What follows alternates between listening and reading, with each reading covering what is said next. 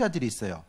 바울이 2차 선교 여행 중에 마게도니아 지방에서 빌립보에 이어서 두 번째로 개척한 교회가 바로 데살로니가 교회예요. 그런데 사도 바울이 교회를 개척하고 나서 몇 개월 있지 못했어요. 왜냐하면 주변에서 이제 사도 바울을 공격하는 사람들, 또 유대교 가운데서 공격하는 무리들이 있었기 때문에 한 교회에 오래 있을 수가 없었어요. 그래서 데살로니가 교회를 개척하고 나서 신생교회예요. 그 신생교회를 개척하고 나서 그가 이제 떠난 상태에서 이제 서신을 통해서 이제 교회 가운데 질문하게 되고 답을 주고 하는 이런 과정들이 오늘 본문의 내용입니다. 그러니까 말씀에 대해서 듣고자 하는 그 말씀을 들을 수 있고 하나님의 도우심과 인도하심에 대해서 바라보고 성경 말씀을 지난 시간에도 말씀드렸던 것처럼 내가 보고 듣고 접하고 읽을 수 있음이 얼마나 큰 은혜인지를 우리가 다시 한번 돌아보게 됩니다. 주님 오시는 삶을, 그러니까 주님 오심에 대해서 기대하는 삶이 무엇일까를 지금 이야기하고 있어요. 그러니까 세상을 살아가면서 주의 도우심, 또 그분의 이 땅에 오심에 대해서 항상 소망함과 기대하는 마음을 가지고 살 것에 대해서 큰 줄기 자체를 이야기하고 있어요. 그러니까 데살로니가 지역도 힘들고 어려운 지역이 아니라 로마 문화권 가운데서 어느 정도의 유익을 누릴 수 있는 그런 위치에 있었지만은 그들에게 있어 사도 바울이 전하는 강력한 메시지 중에 그 줄기는 세상에서의 삶이 전부가 아니기 때문에 항상 믿는 자로서 하나님 나라에 대한 기대함과 소망함의 모습을 분명히 가지고 앞으로 나아갈 것에 대해서 오늘 본문을 통해서 이야기합니다.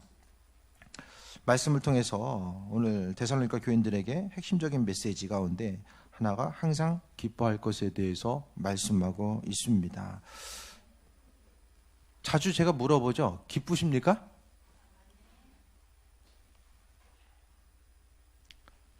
기쁘세요? 어떤 일로 기쁘십니까?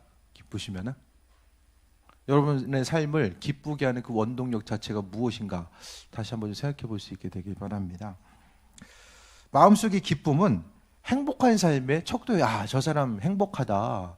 행복한 삶을 이야기하는 것은 마음에 기쁨이 있는 것에 대해서 이야기하거든요.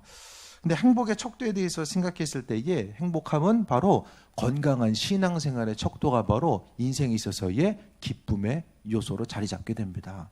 그러니까 믿는 자로서 우리들의 삶의 모습 가운데 생각했을 때 하나님 허락하신 은혜와 기쁨을 누리는 부분에 대해서 이야기하는 거예요. 그런데 우리의 중심 가운데 생각해 봤을 때에 기쁨, 그 순간순간을 생각했을 때에 인생에서 작은 기쁨들이 있잖아요. 뭐 할 때 좀 웃게 되는 순간들이 언제 있으십니까? 웃게 되는 거.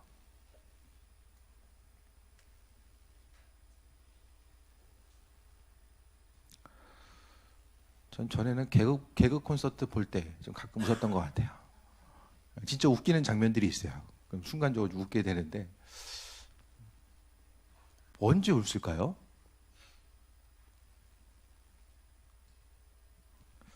그 핸드폰이나 포토 사이트 같은 데 보면은 좀 이렇게 가끔 이렇게 사람을 순간적으로 좀 재밌게 할 수 있는 그런 그 테마들이 이제 조금 있잖아요.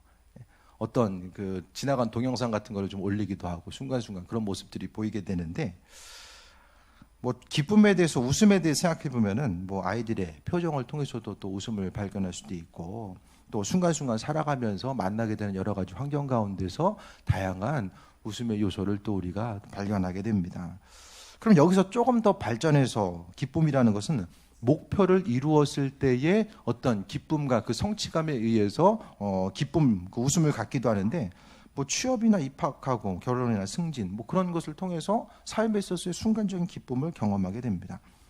목표를 이룬 것으로 인한 성취감, 또 삶을 살아가면서 경험하게 되는 소소한 기쁨들의 내용이 있잖아요. 그것을 통해서 여러분의 삶의 모습이 행복한 삶으로서 지금 살아가게 하는, 나로 하여금 이 땅에서 하루하루 행복한 삶을 살게 하는 그 원동력이 되는가, 그 부분에 대해서 생각해 볼 수 있게 되길 바랍니다. 오늘 하루의 삶은 어제 잠들었잖아요. 12시 전에 잠드신 분?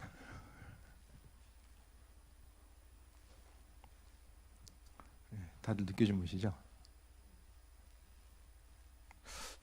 죽음의 모습은 잠자는 것처럼 못 깨어나면 그냥 하나님 만나는 거죠. 그 순간에. 근데 우리가 눈을 뜨고 이 자리에 모였다는 것은 하나님께서 우리에게 생명 허락하시고 또 하나의 은혜를 허락하시는 거예요. 어떤 분은 이런 얘기를 해요. 날마다의 삶, 하루에 눈을 뜨는 것이 날마다의 우리가 부활을 경험하는 거. 그러니까 하루하루 눈 감고 못 뜨면 죽는 것인데, 눈을 뜬다라는 것은 날마다의 삶이 하나님 허락하신 은혜와 또 부활의 삶을 경험하는 그 존귀한 삶의 모습을 우리가 살아가게 됨에 대해서 말씀하고 있습니다. 그런데 세상에서 우리가 살아가면서 중요한 것은 기쁨 자체가 순간적일 수밖에 없다라는 거예요. 우진이가 핸드폰 바꿔서 아주 행복해 보였어요. 정말 행복해 보였어요. 근데 그 기쁨이 얼마나 가겠는가? 그거 말고도 여러분의 삶의 여정 가운데 순간순간 만나게 된 여러 가지 기쁨들, 그 부분이 얼마나 가겠는가? 그 부분을 이야기하는 거예요. 어저께 이제 그 단일 기도회 통해서 선교사님 우리가 간증을 들었잖아요. 그 간증을 통해서 우리가 한 번 더 생각해 볼 수 있는 것은, 이 신앙생활을 어떻게 해야 되는 것인가, 그 부분에 대해서 좀 다시 한번 고민하게 되는 그런 좀 간증의 시간이었던 것 같아요. 유튜브 들어가면 다시 나와 있으니까 뭐 들어보셔도 될 것 같아요. 그런데 삶을 살아가면서 다른 사람들, 수많은 사람들이 인생의 기쁨과 행복의 순간이라고 느끼는 그 생각하는 그 부분을 내려놓고 전혀 다른 환경, 낯선 환경 가운데서 살아가면서 그 가운데서 정말 오지에 들어가서 삶에 있어서의 힘들지만 세상적인 조건과 환경 가운데서 너무나도 힘들고 어려운 이 고난의 순간을 살아가고 있지만은 그래도 그 자리를 통해서 여전히 버티고 살아갈 수 있고 그 안에서 기쁨을 누릴 수 있는 것은 바로 하나님 허락하신 은혜 가운데 살아가는 그 기쁨. 언젠가 제가 말씀드렸어요. 돈 때문에 기쁨을 취한 적이 없는 사람은 돈이 없어도 불행하다고 생각하지 않아요. 세상적인 어떤 것으로 인해서 기쁨을 취한 사람들은 그게 없으면 마음이 불안해지고 인생에 있어서의 만족감과 행복감이 없어집니다. 믿는 우리들이 이 세상을 살아감에 있어서 돌아봐야 될 것은, 오늘 본문을 통해서 하나님께서는 항상 기뻐하라고 말씀하고 있거든요. 인생의 순간순간마다 항상 기뻐하는 것은 세상적인 환경 가운데서는 불가능해요. 날마다 기쁘십니까? 즐거운 일이 날마다 생겨나십니까? 똑같이 일상적으로 반복되는 그 순간순간들, 때로는 경험하기 힘든 그 삶의 여정 가운데 다가오게 되는 이 수많은 것들이 있는데 그 가운데서 우리가 기뻐할 수 있는 것, 성경은 항상 기뻐하라고 이야기하잖아요. 그러면 인간적인 생각을 가지고는 항상 기뻐한다는 것은 불가능한 거예요. 하늘에 별을 따는 거나 항상 기뻐하는 거나 똑같다는 거예요. 사람으로는 할 수 없는 일들, 내 안에 있는 것들, 또 주변의 어떤 것을 취해서는 내 인생 가운데 항상 기뻐하는 삶의 모습을 영위할 수 없다라는 것에 대해서 우리는 계속해서 한번 돌아볼 수 있게 됩니다. 믿는 자로 살아가는 것, 하나님의 도우심과 예비하심을 통해서 우리가 새해 먹고 나아가는 그 중심이 무엇인지를 한 번 더 생각해 봐야 됩니다. 항상 기뻐한다라는 것은, 본문에서 말하는 기쁨의 삶은 순간적인 것이 아니라 영원한 삶, 계속해서 숨쉬고 살아가는 순간순간마다 기쁨의 삶의 모습을 이야기하는데, 그 기쁨의 삶의 모습은 순간적인 것이 아니라 영원한 기쁨임을 말씀하고 있습니다. 우리가 세상을 살아가지만은 이 세상은 영원한 기쁨이 힘들죠. 그런데 하나님 나라에서는 영원한 기쁨이 가능하잖아요. 천국 가서도 근심 걱정할까요?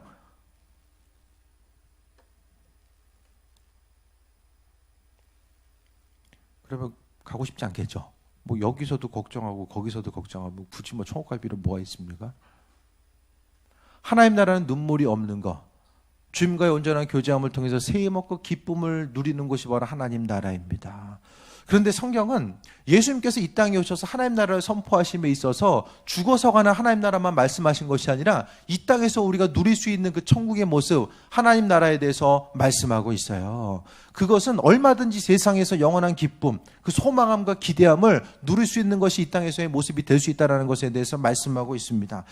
그러니까 우리가 취할 기쁨의 근원 자체가 무엇인지에 대해서 말씀하고 있어요. 오늘 본문의 내용을 보게 되면 항상 기뻐하라고 이야기하면서, 항상 기뻐하라, 쉬지 말고 기도하라, 범사에 감사하라가 마지막에 이제 하나로서 걸리는 것이 그리스도 예수 안에서 너희를 향하신 하나님의 뜻이다라고 말씀하고 있어요. 그리스도 예수 안에서 우리가 참된 기대함과 소망함과 기쁨의 모습을 누릴 수 있다라는 것을, 그것을 전제로 이야기하고 있습니다. 그러니까 평생의 삶을 통해서 항상 기뻐하는 것, 내가 이 세상에서 행복한 삶을 사는 것보다 정말 하나님께서 우리의 삶이 더 기쁨과 소망함과 기대함으로 채워지길 원하고 있다는 것을 이야기하고 있어요. 어떻게 기뻐할 수 있습니까? 예수님을 내 삶의 주원자, 주권자, 또 구원자로서 인정하고 살아가는 것입니다. 그것이 출발이에요. 예수님 누구신가? 그 부분에 대해서 먼저 인정하는 거예요. 삶의 순간순간마다 계속해서 오는 것들이 있어요. 다가오는 것들 계속해서 있어요. 그 다가오는 수많은 문제들 앞에서 우리의 삶이 내가 이 문제들을 해결하는 그 주체가 바로 내가 아니라는 거.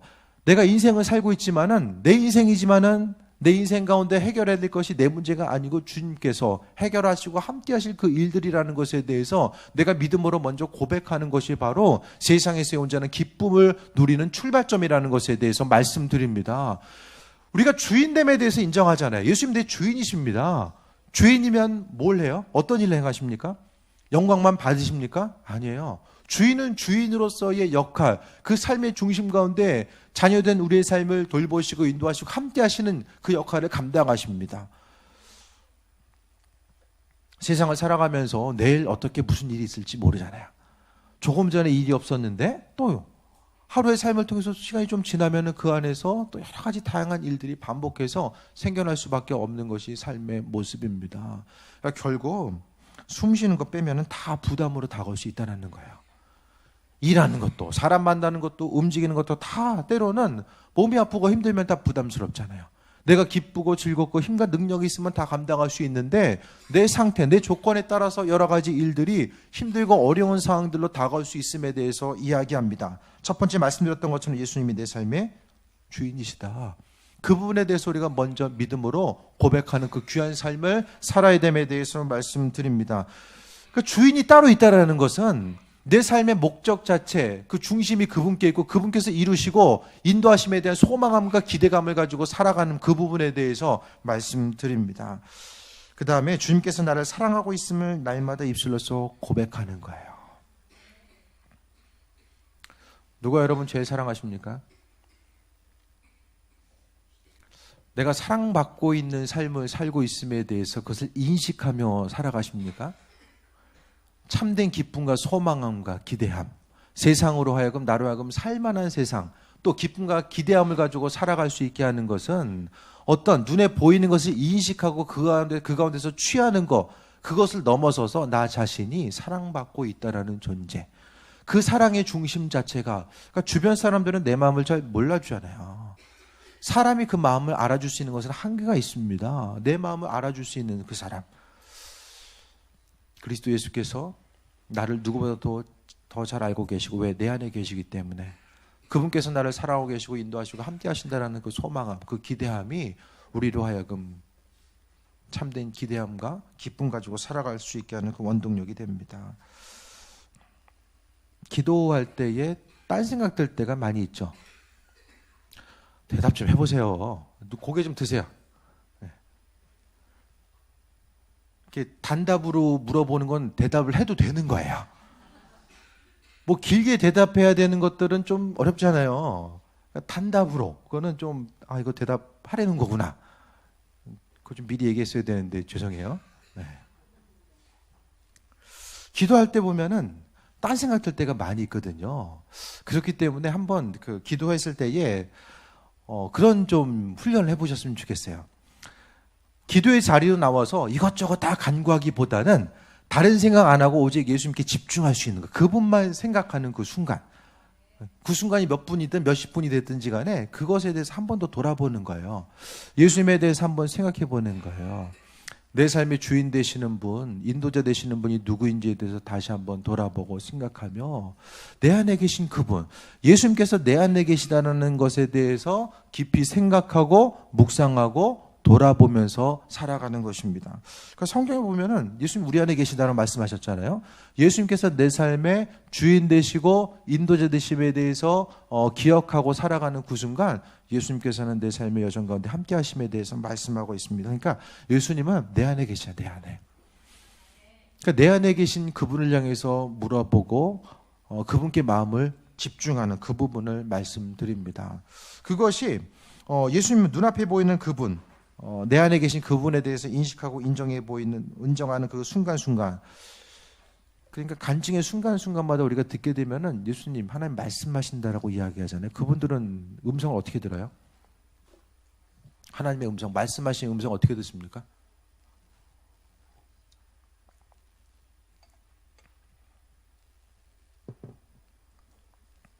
이상하지 않으세요?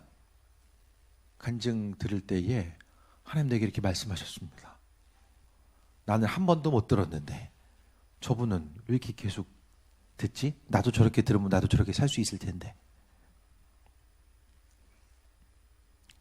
안 이상하세요?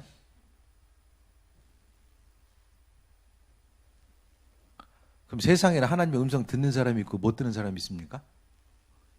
감각이 더 발달된 사람은 듣는데 좀 감각이 무감각한 사람은 못 듣습니까? 그럼 성경이 이치랑 안 맞잖아요. 자녀 중에서 말 듣는 애 있고 못 듣는 애 있습니까? 귀가 멀쩡한데?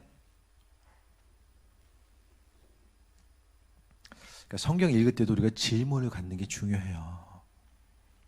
말씀을 들을 때도 질문을 갖는 게 상당히 중요합니다. 그 부분 좀 정리해서 말씀드릴게요. 주님과 교제하는 삶을 살기 위해서는, 그리스도 예수를 경험하기 위해서는 교제함이 있어야 돼요. 친구 만났어요. 친구를 만난, 나는 계속 이야기하는데 걔는 얘기를 안 하거나 얘기하는 걸 내가 못 알아듣겠어요. 그냥 외국 사람 만나 있는 것 같아. 그럼 관계성이 오래 지속이 됩니까? 불가능해요. 신앙생활이 어려운 건 그것 때문이거든요. 교제함의 모습, 양은 목자의 음성을 듣는다라고 말씀하고 있는데 도대체 왜 못 듣지?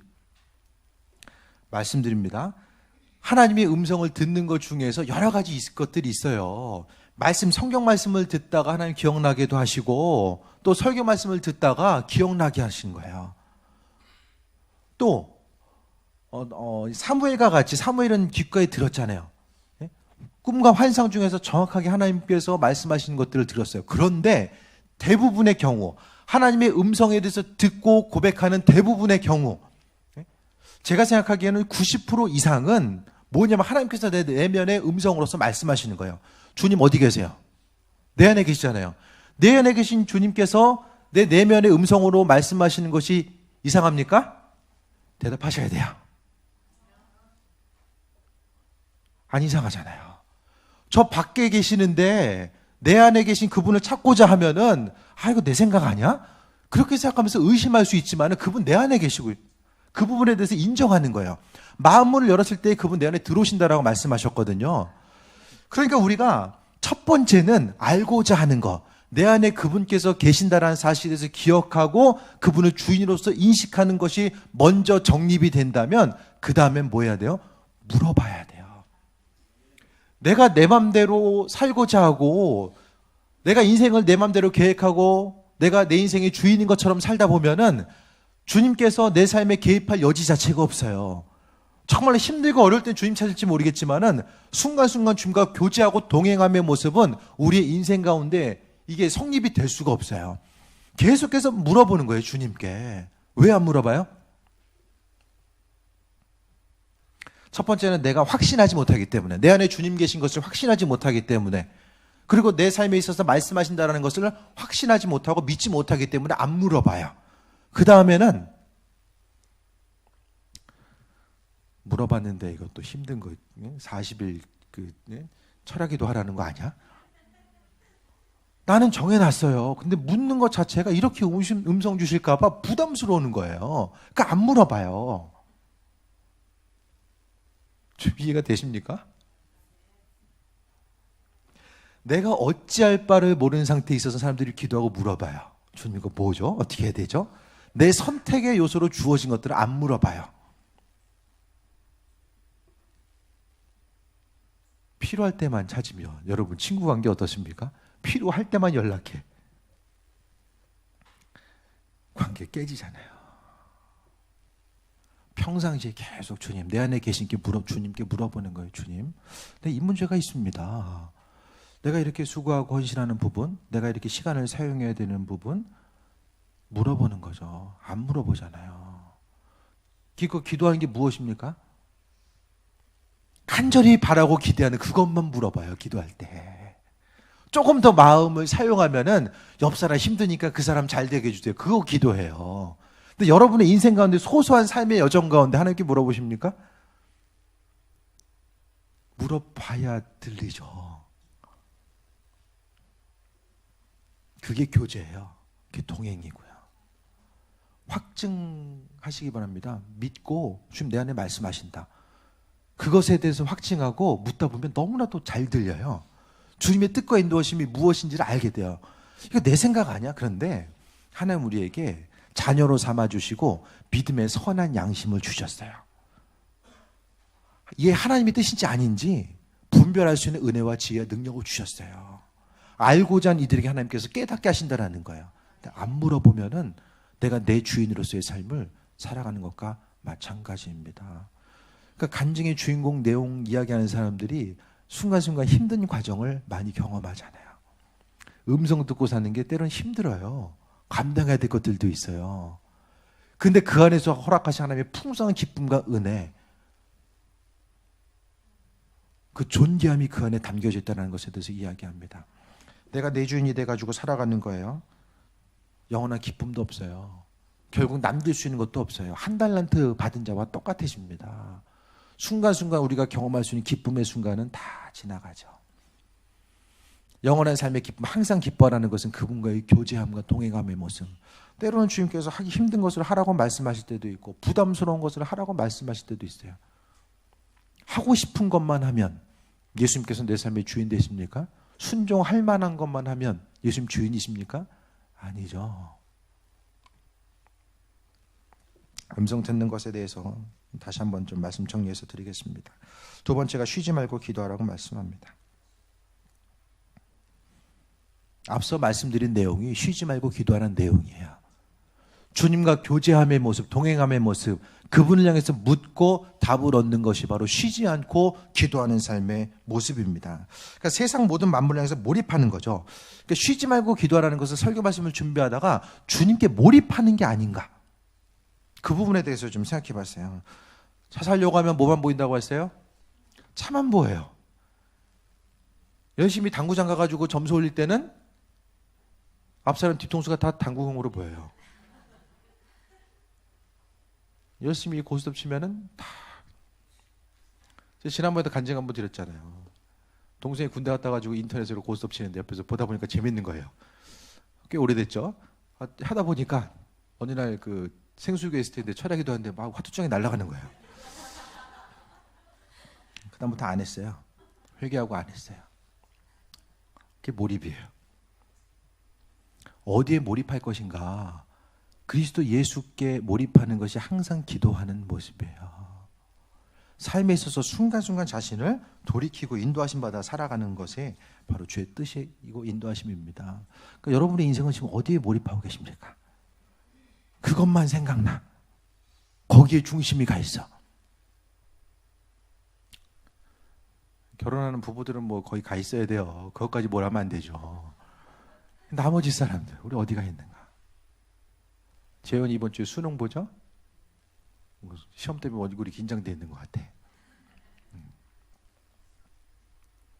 몰입하는 거, 그리스도 예수께 몰입하는 거, 그것만 생각나는 거예요. 그분께서 일하시고 인도하시고 함께하신 그게 옷이 바로 쉬지 말고 기도하는 모습입니다. 마지막으로 범사에 감사하라고 이야기합니다. 사람은 살면서 불평하고 하나님을 원망하는데 하나님은 모든 것에 다 범사에 감사하라고 말씀하고 있어요. 하나님을 향해서 불평해 보신 적 있으십니까?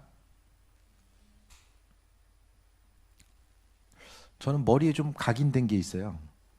이스라엘 민족들이 광야 생활하다가 불평하잖아요. 근데 불평할 만해서 했어요? 아니면은 감사할 조건이었는데 불평했어요? 잠깐 좀 긴장되죠? 뭐라고 대답해야 될까? 힘들었어요. 광야 가면은 우리나라 사람들은 물을 갖고 다니면 이제 페트병 500ml잖아요. 거긴 1.5리터가 우리나라 페트병이에요. 사람들이 이스라엘 갔더니 페트병 큰 거 들고 다니는 거예요. 그냥 물로. 저 무겁지 않을까? 근데 그게 일상생활이에요. 배낭이 뭐가 있냐? 물통 배낭이 있어요. 배낭이 있고 빨대가 연결돼 있어가지고 좀 먼 거리 여행하는 사람들은 뭔가 했더니 물을 채워요.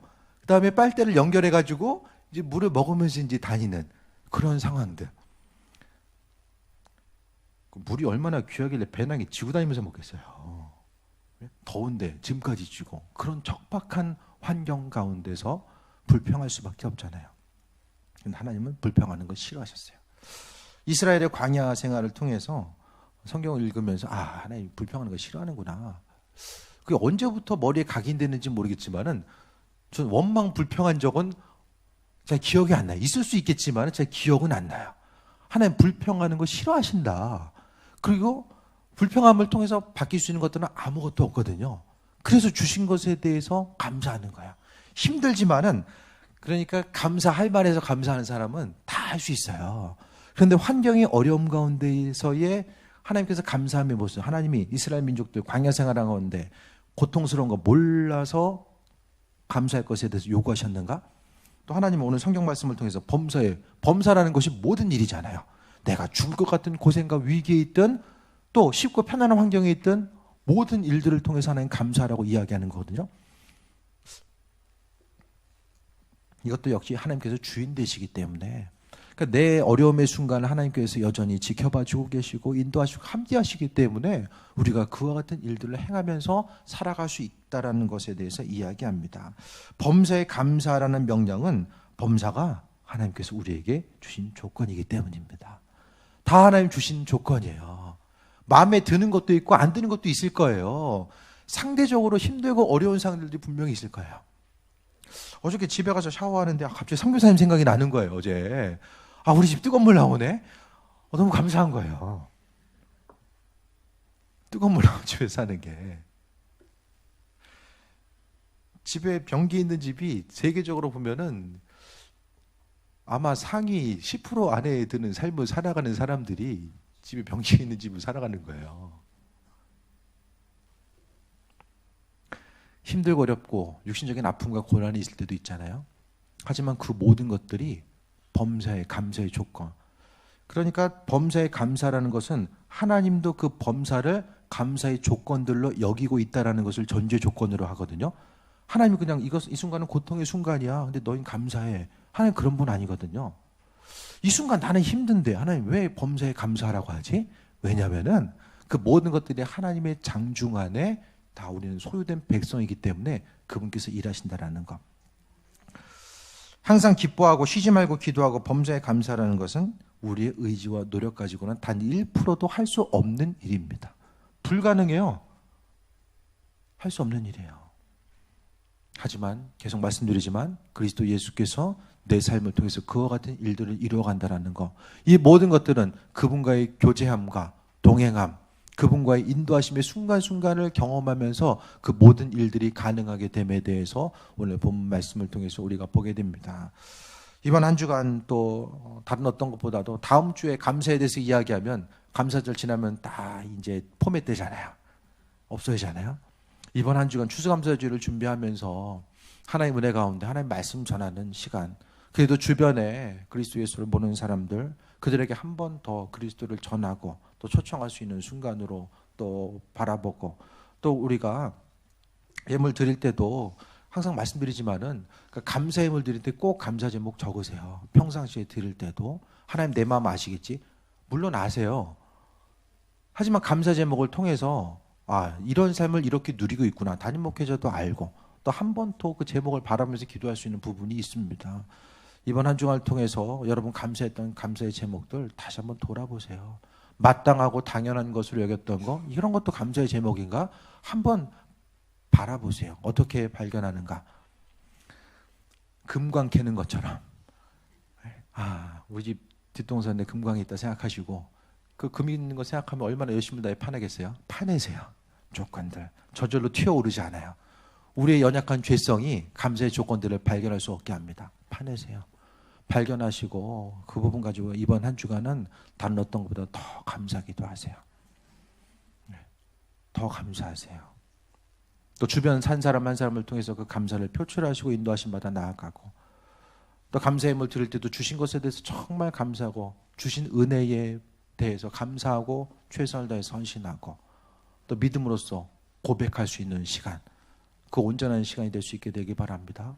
이 한 주간을 통해서 힘들고 어려운 일들이 있어도 다 내려놓고 이 한 주간만이라도 정말 감사로서 물들이시고 그 가운데 하나님의 인도하심과 예비하심, 또 그리스도 예수를 더 깊이 바라볼 수 있는 귀한 삶이 되시길 축원드립니다. 기도하겠습니다. 하나님 사랑에 감사드립니다. 우리는 할 수 없는 일들을 성경을 통해서 하나님 말씀하고 계시는데 그 일들을 그리스도 예수께서 이루시는 것으로 우리가 믿습니다. 우리의 생각과 우리의 계산 가운데서는 아무것도 할 수 없습니다. 하지만 주님은 세상의 주인 되시기 때문에 모든 것을 행할 수 있으시고 또 우리가 기쁨으로 살아갈 수 있는 것은 하나님의 사랑이 우리의 심령 가운데 날마다 함께하기 때문입니다. 주님 은혜 더하여 주옵소서. 믿음으로 승리하는 삶이 되기 원합니다. 아버지 하나님, 주님께서 베풀으셨던 수많은 감사의 제목들, 그냥 마땅하게 당연하게 누리고 있다라고 생각했던 그 모든 부분들을 다시 한번 돌아보게 하시고 우리의 심령 가운데 이 추수감사주를 맞이하며 감사와 기쁨이 회복되며 항상 하나님의 사랑이 우리 심령 가운데 날마다 갱신되기 원하오니 주님, 내 안에 계신 주님께 날마다 순간순간 선택의 문제 앞에 묻게 하시고 하나님의 응답을 구하고 나아가는 귀한 삶, 그 교제함의 모습이 끊이지 않는 귀한 삶을 살게 하여 주옵소서. 예수님의 이름으로 기도했습니다. 아멘.